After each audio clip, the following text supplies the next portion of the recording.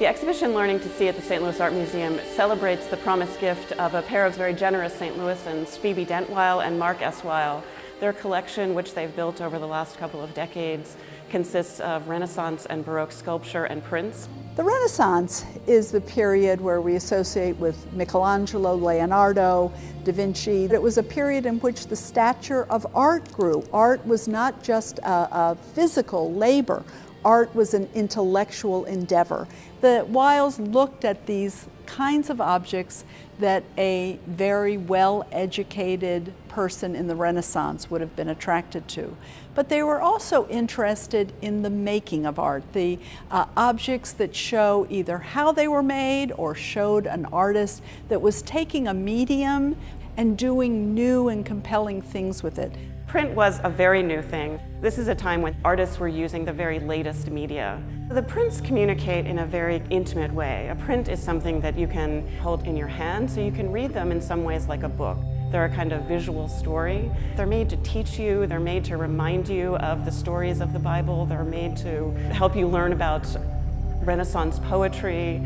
One of the most amazing prints in the collection is Rembrandt's 100 Gilder print. It's this print that is renowned in the history of art. Its composition compiles multiple stories from the biblical book of St. Matthew, puts all of them together in this very smooth and fluid way. It's printed on Japanese paper, so it has a very special quality to it. Also, Rembrandt was someone who, each time he printed a plate, he inked it slightly differently. So this one has very sort of distinctive elements that aren't visible on other examples of the print. There are many prints that are dense Renaissance allegories. They tell incredible stories that are sometimes difficult to pin down. For example, Giorgio Ghisi's Allegory of Life. It's a very sort of dense and rich print. You can spend hours looking at it, and each time you go back and find something new in it. The prints are major names in the history of printmaking, many of them. The sculptures, not as much. We can't look at all of these and know exactly who made them. That was one of the compelling reasons the Weils wanted to own these things. They were interesting puzzles. Who made it? Who does it look like?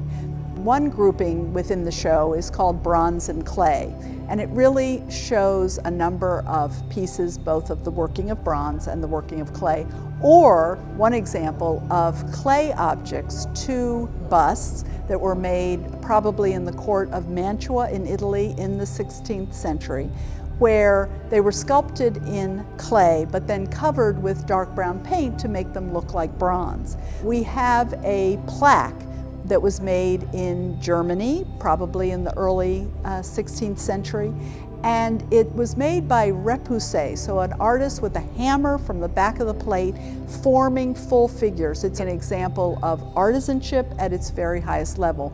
The largest sculpture in the Weil collection, and I think one of my personal favorites, is by a major figure in 15th century Florence, Benedetto da Maiano.